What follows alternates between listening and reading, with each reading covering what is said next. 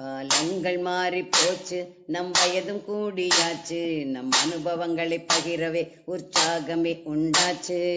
காலங்கள் மாறி போச்சு, நம் வயதும் கூடியாச்சு, நம் அனுபவங்களை பகிரவே உற்சாகமே உண்டாச்சு. எங்கள் அனுபவங்கள் உங்கள் பொக்கிஷங்கள், எங்கள் அனுபவங்கள் உங்கள் பொக்கிஷங்கள். கேளுங்கள் தினம் தினம் முதியோரின் பேச்சை, கேளுங்கள் தினம் தினம் முதியோரின் பேச்சை. வாருங்கள் கொண்டாடுவோம், வாருங்கள் கொண்டாடுவோம், இது முதியோரின் காலம். பேசலாம் பகிரலாம் அனுபவம் அநேகம், பேசலாம் பகிரலாம் அனுபவம் அநேகம். காலம் மாறி போச்சு, நம் வயதும் கூடியாச்சு, நம் அனுபவங்களை பகிரவே உற்சாகமே உண்டாச்சு. காலங்கள் மாறி போச்சு, நம் வயதும் கூடியாச்சு, நம் அனுபவங்களை பகிரவே உற்சாகமே உண்டாச்சு. அறிவியல், ஆரோக்கியம் மற்றும் அன்றாட வாழ்வின் அனைத்து விஷயங்களையும் மூத்த குடிமக்களுக்கான இந்த அனுபவ நிகழ்ச்சியில் கேட்டு ரசிப்போம். வணக்கம். இந்திய அரசாங்கத்தின் அறிவியல் தொழில்நுட்பத்துறை, விக்யான் பிரசார் மற்றும் காரைக்குடி அழகப்பா பல்கலைக்கழகம் இணைந்து வழங்கும் அனுபவம் மூத்த குடிமக்களுக்கான சிறப்பு நிகழ்ச்சிகள். நிகழ்ச்சியின் கருத்தாக்கம் டாக்டர் ஆர் ஸ்ரீதர், ஆலோசனையாளர் மிஸ் கௌசல்யா, நிகழ்ச்சி ஒருங்கிணைப்பாளர் டாக்டர் பாரதி, ஒளிப்பதிவாளர் அன்புச்செழியன். வணக்கம். டாக்டர் கிரிஜா அவர்களின் மருத்துவம் சார்ந்த கேள்வி பதிலின் தொடர்ச்சியை இந்த இரண்டாம் பாகத்தில் கேட்டு பயன்பெறலாம். உங்களுக்கு அடிக்கடி முட்டி வலி வருதுன்னு வச்சுக்கோங்களேன், முட்டி வீக்கமா இருக்கு, நடக்க முடியல, கஷ்டமா இருக்குன்னா நிறைய பேர் கிராமத்துல எப்படி இருப்பீங்க, எல்லாரும் தரையில உட்காந்து காலை நீட்டி உட்காருவீங்க. முக்கியமா தரையில உட்கார்றத தவிர்க்கணும். தரையில உட்காராதீங்க, ஒரு உயரத்துலதான் உட்காரணும், கீழே உட்காரக்கூடாது. அதெல்லாம் முட்டிய மேலும் பாதுகாக்கிற வழி. அடுத்தது, மேல உட்கார்ந்தாலும் எதிரியே ஒரு சேரோ இல்ல ஒரு ஸ்டூலோ சின்னதா எதிர போட்டுட்டு காலை நீட்டியா உட்காரணும். முட்டி மடக்கிற வேலையை முடிஞ்ச வரைக்கும் கம்மி பண்ணணும். நீங்க காய்கறி நறுக்கி கொடுக்குறீங்களா, ஒரு டேபிள்ல உட்காந்து பண்ணுங்க, ஒரு உயரத்துல உட்காந்து பண்ணுங்க. உங்க முட்டி வலி அதிகமாகாம இது இருக்கும். அடுத்தது, ரொம்ப நேரம் நிக்கிற வேலையை தவிர்க்கணும். ரொம்ப நேரம் ஒரு இடத்துல நிக்க கூடாது.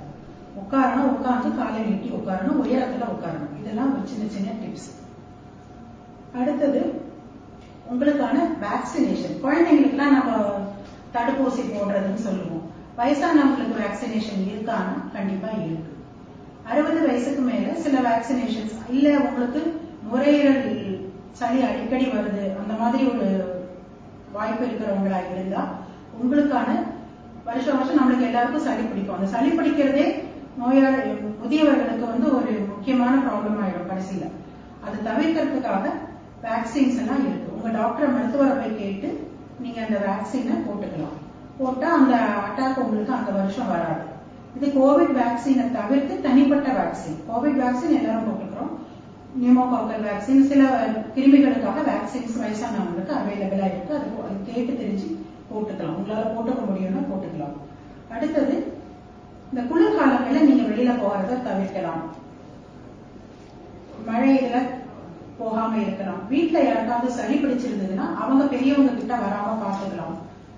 கூட்டமா இருக்கிற இடத்த நீங்க அவாய்ட் பண்ணணும். கூட்டம் அதிகமான இடத்த பெரியவங்களை கூட்டிட்டு போகாதீங்க. அது அவங்களுக்கு நல்லதுல எதிர்ப்பு சக்தி கம்மியாக இருக்கும் அவங்களுக்கு. இன்னொன்னு, ஒரு அக்கி நோயின்னு நம்ம சொல்லுவோம், ஹெர்பிஸ் ஜாஸ்டர்னு சொல்லுவோம். அது 60 வயசுக்கு மேல ஒரு பக்கத்துல ஒரு நீர் கட்டிகள் மாதிரி வரும். ஆனா கடுமையா வலிக்கும். அந்த கட்டிகள் சரியானவங்க சில பேருக்கு 6 மாசம் 2 வருஷம் 3 வருஷம் வரைக்கும் வலி கடுமையா இருக்கும். வயசாக இது வந்ததுன்னா வயசு அதிகமாக வலியோட தாக்குதலும் அதிகமா இருக்கும். அதனால இத சமாளிக்கிறதுக்காக இப்ப சமீபத்துல இதற்கு கூட வேக்சின் வந்திருக்கு. அதனால 60 வயசுக்கு மேல வேக்சினை இதுக்கும் போட்டுக்க சொல்றாங்க. அந்த வலி தாங்க முடியாம சில பேருக்கு இருக்கும். அதனால ஹெர்பிஸ் ஜாஸ்டர் வேக்சின், அது ஒரு வகை அக்கி நோய், அதுக்காக வேக்சின் போட்டுக்க சொல்லுவாங்க. சோ அடுத்த ஆண்களுக்கு பர்டிகுலரா சொல்லணும்னா, நான் ஏற்கனவே சொன்ன மாதிரி அந்த ப்ராஸ்டேட் கிளாண்ட் பெருசாக வாய்ப்பு இருக்கு வயசாகும் போது. அப்போ என்ன ஆகும்னா, அடிக்கடி யூரினரி இன்ஃபெக்ஷன், சிறுநீர் பாதையில கிருமிகள் போய் யூரின் போக முடியாது, ஜுரம் வந்துடும், அடி வயிற்றுல வலி வரும், சிறுநீர் கலர் மாறி போகும், ரத்தம் கலந்து போகும். இந்த மாதிரி பாதிப்புகள்னால அவங்க மருத்துவமனைக்கு வருவாங்க. ஸோ அதுக்கான அறிகுறிகள் நீங்க என்னன்னு பாத்தீங்கன்னா, நீங்க சிறுநீர் கழிக்கும் போது அது வந்து ஒரே ஃப்ளோவா சீராக போகாது, விட்டு விட்டு விட்டு விட்டு போயிட்டே இருப்பாங்க. அவங்கள நம்ம கவனிச்சோம்னா ஒரே சீரா போக முடியாது, வேகமா போக முடியாது. சத்தத்தை கேட்கிறப்போ போவாங்க நிறுத்துவாங்க, போவாங்க நிறுத்துவாங்க. இரண்டாவது வந்து சிறுநீர் போக ஆரம்பிக்கிறதுக்கே ரொம்ப நேரம் ஆகும். கொஞ்சம் ஒரு 2 நிமிஷம் 3 நிமிஷம் நின்ன பிறகுதான் சிறுநீரே வர ஆரம்பிக்கும். அடுத்தது வருவாங்க, திருப்பியும் பாத்ரூம் போயிட்டு வருவாங்க, திருப்பி திருப்பி போயிட்டு போயிட்டு வருவாங்க. அப்படி பார்த்தாக்க ஒரு தடவை போயிட்டு வருவாங்க, போயிட்டு வந்த உடனே அது போயிட்டு வந்த உணர்வு இருக்காது, திருப்பியும் போகணும் போல இருக்கும். திருப்பியும் போயிட்டு வருவாங்க. கொஞ்சம் கொஞ்சமா சிறுநீர் கழிச்சிட்டு வருவாங்க. இது என்ன ஆகும்னா, சிறுநீர் முழுதுமாக வெளியேறவில்லை, கொஞ்சம் உள்ள தங்கிடுறதுன்னு அர்த்தம். இது தங்க அங்க என்ன ஆனா கிருமிகள் பாதிப்பு ஏற்பட்டு இன்ஃபெக்ஷனா மாறி ஜுரம் வந்துடும். சோ இந்த மாதிரி அறிகுறிகள் இருக்கிறவங்க ப்ராஸ்டேட் கிளாண்ட் பெருசாகி இருக்கிறதா என்று மருத்துவர்கிட்ட போய் பார்த்துக்கணும். வயசானவங்களை பார்த்து கொள்ளும் போது நாம எந்த மாதிரியான தவறுகள் எல்லாம் செய்யக்கூடாதுன்னு சொல்லுங்க. வயதானவர்கள் வந்து தண்ணியை ஓரளவு எடுத்துக்கணும். ஏன்னா அவங்களுக்கு தாகம்ன்ற உணர்வே இருக்காது. வீட்டுல இருக்கிறவங்க இவங்க இவ்வளவு தண்ணி தினம் குடிக்கணும் அப்படிங்கிற அளவுக்கு தண்ணி குடித்தே ஆகணும். டீஹைட்ரேஷன் ஆச்சுன்னா, டீஹைட்ரேஷன் நீர் சத்தே இல்லாம இருக்கிறது. டீஹைட்ரேஷன் ஆச்சுன்னா அதுக்கு தொடர்ந்து நிறைய ப்ராப்ளம், மூளையில வரலாம், பிளட் பிரஷர் குறைந்து போகலாம். சோ அதனால உப்பு, சர்க்கரை மீன் ரத்தத்துல உப்பு அதிகமாயிடும். உப்புனா உடல்ல வர கழிவு பொருட்கள், கிட்னி ப்ராப்ளம் வந்து அதோட ப்ராப்ளம் அதிகமாகலாம். சோ தண்ணீர் அளவாக அளந்து கொடுக்கணும், அவங்க வேணுங்கிற அளவு கொடுக்கணும். உங்க மருத்துவர் உங்களுக்கு இருதய நோய் இருக்கிறது, இல்ல சிறுநீரக பாதிப்பு ஏற்கனவே இருக்கிறது, நீங்க இவ்வளவுதான் தண்ணி குடிக்கணும்னு ஏற்கனவே சொல்லியிருக்காங்கன்னா அதைப்படியே அந்த அறிவுரைப்படியே கொடுக்கணும்.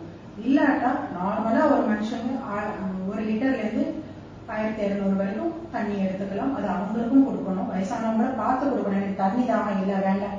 எதுக்கு அவங்க சொல்லுவாங்கன்னா பாத்ரூம் அடிக்கடி போகணும்ன்றது பயந்துட்டு வேண்டாம்வாங்க. இதெல்லாம் நம்ம கண்டிப்பா பார்த்து கொடுக்கணும். ஒரு விஷயம் அது. இரண்டாவது, வெயில் காலத்துல என்ன ஆகும்னா உங்களுக்கு நிறைய வேர்க்கும். அப்புறம் வெயில் காலத்துல அவங்களை வெளியே அனுப்பவே கூடாது. மே மாசம், ஏப்ரல் மாசம் வெயில் அதிகமா இருக்கிறப்போ வட இந்தியால எல்லாம் பார்த்தா சன் ஸ்ட்ரோக்னு சொல்லுவோம். நிறைய வயசானவங்க வெளியில போய் மயக்கமாயி வீட்டுக்கு வருவாங்க. ஏன்னா தண்ணி எல்லாம் உடம்ப விட்டு வெளியில போயிடும். சோ அந்த டைம்ல தண்ணியும் ஒரு முக்கியமான உணவுன்றதை நீங்க உணர்ந்துட்டு தண்ணி அவங்களுக்கு கொடுக்க முயற்சிக்கணும். அடுத்தது கேன்சர் பத்தி பர்டிகுலரா சொல்றேன். சோ பெண்களுக்கு வந்து ஏற்கனவே நான் சொன்ன மாதிரி மார்பக புற்றுநோய் வரலாம், நுரையீரல் புற்றுநோய் வரலாம். மார்பக புற்றுநோயை வந்து நீங்க ஆரம்ப காலத்திலேயே கண்டுபிடிக்கலாம். எல்லா பெண்களும் என்ன பண்ணாது, எல்லா வயதினரும் பண்ணலாம். உங்க மார்பக பரிசோதனை பண்ணிக்கொள்ளணும். ஏதாவது கட்டியோ அந்த மாதிரி ஏதாவது இருந்ததுன்னா அதற்கு உடனடியா உங்க மருத்துவரை பார்த்து அது சாதாரண கட்டியா இல்ல பயம் தரக்கூடிய கட்டியானது நீங்க தெரிஞ்சுக்கணும். அடுத்தது கர்ப்பப்பை புற்றுநோய் வரலாம். கர்ப்பப்பை புற்றுநோய்க்கு உங்களோட மாதவிடாய் நிற்கும் சமயத்துல விடாம ரத்தப்போக்கு போயிட்டே இருக்கும். ஒண்ணு அப்படி இருக்கலாம், இல்ல மாதவிடாய் வந்திருக்கும். 1 வருஷம் கழிஞ்சு இல்ல 2 வருஷம் கழிஞ்சு, 1 வருஷம் வரைக்கும் ஓகே, 1 வருஷம் கழிஞ்சு திருப்பியும் நின்று போன மாதவிடாய் திரும்பி வந்தா அது ஒரு கர்ப்பப்பையோட புற்றுநோயோட அறிகுறியா இருக்கலாம். அதை அலட்சியம் செய்யாம உடனடியா போய் மருத்துவரை பார்த்துக்கணும். அடுத்தது கர்ப்பப்பை வாய் புற்றுநோய், சர்வைக்கல் கேன்சர்னு சொல்லுவோம். இதுக்கு நம்மளுக்கு ஏற்கனவே டெஸ்ட் அவைலபிள். நீங்க 50 வயசுல இருந்து அதை பண்ணிக்கலாம். பேப் ஸ்மியர்னு சொல்லுவோம். உங்களுக்கு கர்ப்பப்பை வாயில இருந்து ஒரு டெஸ்ட் எடுப்பாங்க. ஒண்ணு இல்ல, சாதாரணமா டாக்டர் போயிட்டு 5 நிமிஷம் டெஸ்ட், அதுல இருந்து ஒரு டெஸ்ட் எடுத்துட்டு அதுக்கு கேன்சர் வரதுக்கான வாய்ப்பு இருக்கா இல்லையான்னு டெஸ்ட்டை பார்த்துட்டு ஒரு 2 நாள்ல உங்களுக்கு முடிவு சொல்லிடுவாங்க. நம்ம ஆரம்ப ஸ்டேஜ் ஆயிருக்கா கர்ப்பப்பையே எடுத்துட்டோம்னா நம்மளுக்கு அந்த நோய் பரவாம இருக்கிறதுக்கு நிறைய வாய்ப்பு இருக்கு. ஸோ அதெல்லாம் நம்மளுக்கு ஏற்கனவே வர ஆப்பர்ச்சுனிட்டிஸ். அதை நம்ம விடாம பண்ணணும். பேப் ஸ்மியர்ன்றது எல்லா பெண்களும் 50 வயசுக்கு மேல கண்டிப்பா பண்ணிக்கணும். 40 வயசுல இருந்தே சொல்றாங்க, கண்டிப்பா பேப் ஸ்மியர் வருஷம் பண்ணிக்கணும். நோய் வரதுக்கு முன்னாடியே நம்ம அறிஞ்சு ஆரம்ப காலத்திலேயே அதை தவிர்த்துடணும். நிறைய பேருக்கு என்ன ஆயிடுதுன்னா அதை கவனிக்காம விட்டு நோய் பக்கத்துல இருக்கிற நீர்ப்பை போய் பக்கத்துல இருக்கிற உறுப்புகளுக்கு எல்லாம் போய் கடைசி நேரத்துல தான் வரும்போது பார்க்க பரிதாபமாக இருக்குது. அதனால நீங்க அதை ஆரம்பத்திலேயே அதை பார்க்கணும். அடுத்தது ஆண்களுக்கான புற்றுநோயில பாக்குறச்ச வயசானவங்களுக்கு முக்கியமா இந்த ப்ராஸ்டேட் கேன்சர்னு சொல்லுவோம். இந்த நீர்ப்பையில இருக்கக்கூடிய ஒரு கிளாண்ட்ல வர புற்றுநோய். ப்ராஸ்டேட் கேன்சருக்கும் டெஸ்டுகள் முன்னாடியே அவைலபிள். ப்ராஸ்டேட் ஸ்பெசிபிக் ஆன்டிஜன் ஒரு ரத்த டெஸ்ட் இருக்கு. அந்த ரத்த டெஸ்ட் 50 வயசுல இருந்து நீங்க பண்ண ஆரம்பிச்சிட்டீங்கன்னா, வருஷம் இல்ல 2 வருஷத்துக்கு ஒரு தடவை 3 வருஷத்துக்கு ஒரு தடவை நீங்க பண்றீங்கன்னா, உங்களுக்கு அது அதிகமா இருக்கிறப்பவே ஆரம்ப காலத்துல இப்ப நிறைய மருத்துவ சிகிச்சை முறைகள் வந்து நோய் பரவறதுக்கு முன்னாடியே நீங்க கண்டுபிடிச்சு அதை தவிர்த்திடலாம். கோலன் கேன்சர், குடல் கேன்சர்னு சொல்லுவோம். அந்த குடல் கேன்சர் வந்து வழக்கமா உங்க குடும்பங்கள்ல யாருக்காவது கேன்சர் கோலன் இருந்ததுன்னா அவங்க குழந்தைகள் கண்டிப்பாக அந்த கோலன் கேன்சருக்கான ஸ்கிரீனிங் பண்ணிக்கணும். அவங்களுக்கு அதுக்கான டெஸ்டுகள் கண்டிப்பா அவங்க பண்ணிக்கணும். உங்களுக்கு வரதுக்கான வாய்ப்புகள் இருக்கு. யார் எப்படி நாங்க கண்டுபிடிக்கலாம், யாருக்கு வரணும் கண்டுபிடிக்கலாம்னா, சப்போஸ் ஒரு வயசானவங்க ரத்த சோகையோட வராங்கன்னு வச்சுக்கோங்க. ரத்த சோகையோட வரணும்னு அது சாதாரணமா ட்ரீட் பண்றது இல்லை. பெண்களுக்குன்னா அதுக்கு 1000 காரணங்கள் இருக்கலாம். மாதவிடாயும் போது அதிகமாக ரத்தப்போக்கு, சரியா சாப்பிடாம அப்படியெல்லாம் இருக்கலாம். ஆனா ஆண்களுக்கு வந்து அனீமியா வரவே வராது, ரத்த சோகை வரவே வராது. வரதுன்னா என்ன அர்த்தம்னா, ரத்தம் எங்க இருந்து உடம்புல இருந்து வெளியேறதுன்னு அர்த்தம். முக்கியமா குடல்ல இருந்து தான் வெளியேறும். சோ அதற்கான பரிசோதனை இது வயிறு புற்றுநோயா இருக்கலாம், இல்ல உங்களோட குடல் புற்றுநோயா இருக்கலாம். சோ அதுக்கு ஒரு சின்ன மலை டெஸ்ட் பண்ணிட்டு உங்களுக்கு அது வழியா குழாய் போட்டு பார்த்து உங்களுக்கு கண்டுபிடிச்சிடுவாங்க. அதுல இருந்து ஒரு சத டெஸ்ட் எடுத்து உங்களுக்கு கேன்சர் இருக்கா இல்லையா, எதனால ரத்தப்போக்கு ஏற்பட்டதுன்னு கண்டிப்பா கண்டுபிடிச்சிடணும். சோ இதெல்லாம் நம்மள வருமுன்னா காக்கிறதுக்கு வந்து சில வழிகள். சில பேருக்கு என்ன சொல்லுவோம்னா சிஓபிடின்னு சொல்லுவோம், கிரானிக் அப்ஸ்ட்ரக்டிவ் பல்மனரி டிசீஸ்னு சொல்லுவோம். நுரையீரல் ப்ராப்ளம் இருக்கு. வருஷத்துல 3 மாசம் கண்டிப்பா சளி பிடிக்கும், இருமி இருப்பாங்க. சில பேர் அந்த டைம்ல மருத்துவமனையில போய் கூட அட்மிட் ஆகிடுவாங்க. சோ அதெல்லாம் ப்ரிவென்ட் பண்றதுக்காக நீங்க நிறைய முன்கூட்டியே அதுக்கு தயாராகிடணும். ஒண்ணு வேக்சினேட் பண்ணிக்கலாம், இரண்டாவது அந்த பனிக்காலங்கள்ல வெளியில போகாம இருக்கலாம், மூணாவது வந்து மூச்சு பயிற்சி பண்ணலாம். நிறைய மூச்சு பயிற்சி பண்ணி உங்க லங்ஸ ஃபிட்டா வச்சுக்கலாம். ரெண்டாவது கொஞ்சம் மெதுவா வாக்கிங் போய் உங்க லங்கோட கெப்பாசிட்டி, உங்க லங்கு வந்து உங்க நுரையீரல் வந்து அந்த காத்தை எடுத்து உள்ள சுவாசிக்கிற அளவுக்கு ரெடி ஆக்கலாம். சோ கொஞ்சம் நடந்து எக்ஸ்ட்ரா ஆக்சிஜன் எடுத்து சுத்தமான காற்றை சுவாசிச்சு உங்க நுரையீரலோட பலத்தை அதிகப்படுத்திக் கொள்ளலாம். மூச்சு பயிற்சி பண்ணலாம். மூச்சு பயிற்சியை வந்து முறையா பண்ணணும். எல்லாரும் பண்ண முடியாது. ஹார்ட் ப்ராப்ளம் இருக்கிறவங்க கொஞ்சம் உங்க டாக்டரை கேட்டுட்டு தான் நீங்க பண்ண முடியும். அடுத்தது மென்டல் ஹெல்த்னு சொல்லுவோம். வேர்ல்ட் ஹெல்த் ஆர்கனைசேஷன் நம்ம சொல்றத பார்க்கும்போது ஒரு மனுஷன் ஹெல்த்தியா இருக்கிறான் எப்படி தெரியும், நல்லபடியா இருக்கிறாங்கன்னு எப்படி தெரியும்னு பாத்தீங்கன்னா, வெறும் பிசிக்கல் ஹெல்த் மட்டும் நல்லது கிடையாது. உடம்பு நல்லா இருந்தா நல்லா இருக்கிறாங்கன்னு கிடையாது. It includes mental health. மனநிலையும் நல்லபடியா இருக்கணும்னு தான் அந்த டெபினிஷன்லயே அவங்க சொல்றாங்க. மனநிலை நல்லா இருந்தாலும் ஒரு மனுஷன் நிம்மதியா நல்லபடியா இருக்கிறாங்கன்னு அர்த்தம். சோ வயதானவர்களுக்கு மனநிலையை நல்லபடியா வைக்கிறதுக்கு என்ன பண்ணணும்? வயதானவர்களே அவங்க சந்தோஷமா இருக்கிறதுக்கான வழிகளை கண்டுபிடிச்சுக்கணும். வயதான அப்புறம் நான் இதெல்லாம் பண்ணுவேன் அப்படின்னு பார்க்கணும். நீங்க உங்க வேலைக்காக வாழ்க்கை பூரா ஓடி இருப்பீங்க. இனிமே உங்களோட லைஃப் இது நீங்க தான் பிளான் பண்ணணும். நான் வந்து புக்ஸ் படிப்பேன், நான் புக்ஸ் படிக்கிறேன், நான் புக்ஸ் படிப்பேன், எனக்கு தோட்ட வேலை பிடிக்கும், நான் தோட்டம் வேலை பண்ணுறேன். சில பேருக்கு மியூசிக் கேட்க பிடிக்கும், மியூசிக் கேட்கலாம். சில பேருக்கு மியூசிக் கத்துக்கணும்னு ஆசை இருக்கும், ஆனா அதுக்கு வாய்ப்பு கிடைச்சிருக்காது. கத்துக்கலாம், எந்த வயசு ஒரு தடையே கிடையாது. அந்த டைம்ல மியூசிக் கேட்கலாம். உங்களுக்கு பிடிச்ச நல்லபடியான மியூசிக்கை நீங்க கேட்கலாம். இரண்டாவது ஒரு தியான பயிற்சி பண்ணலாம். மனசு காலையில எழுந்து ஒரு தியான பயிற்சி பண்ணலாம். தியான பயிற்சிங்கிறது ஒரு மனசையே நிம்மதியாகும். உங்களோட ரத்த அழுத்தம் மற்றும் அதிக சர்க்கரை அளவு இருந்தா கூட அதையும் கூட குறைக்கும். சோ உங்களோட மனசை வந்து நல்லா ஹெல்த்தியா வைக்கிறதுக்கு அது உதவும். வயசானவங்களுக்கு சில டிப்ஸ் கொடுக்குறேன். உங்களுக்கு வயசாயிடுதுன்னு நீங்க நினைக்க வேண்டாம். ஏன்னா நீங்க இன்னொரு ஒரு வாழ்க்கைய ஆரம்பிக்க போறீங்க. சோ அதுக்கு நீங்க முதல்ல மனதளவுல தயாராயிடணும். உங்களோட ஃபுட்ஸ் எல்லாம் ரொம்ப சிம்பிளா எடுத்துக்கோங்க. ரொம்ப மசாலா அந்த மாதிரி அதிகமாக எடுத்துக்காதீங்க. ஏன்னா அதை எடுக்க உங்களுக்கு ஜீரண சக்தி வழக்கமா குறைஞ்சிக்கிட்டே வயசாக குறைஞ்சிட்டே வரும். அதனால நீங்க அதை எடுக்க வேண்டாம். ஈஸியா ஜீரணமாகிற உணவுகளா எடுத்துக்கணும்.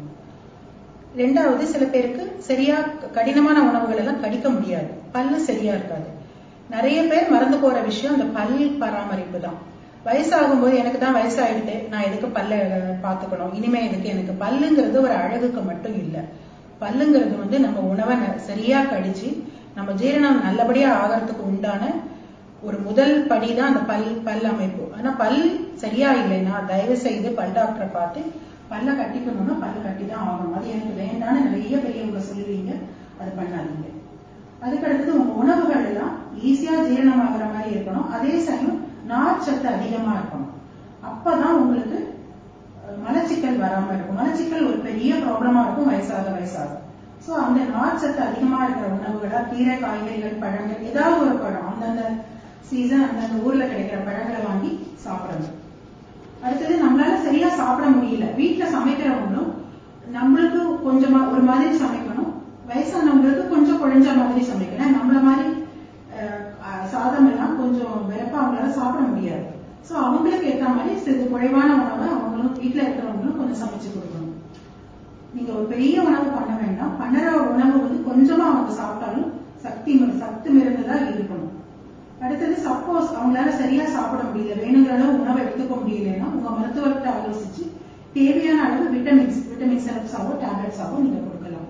அது ஒண்ணு கொடுக்கலாம்.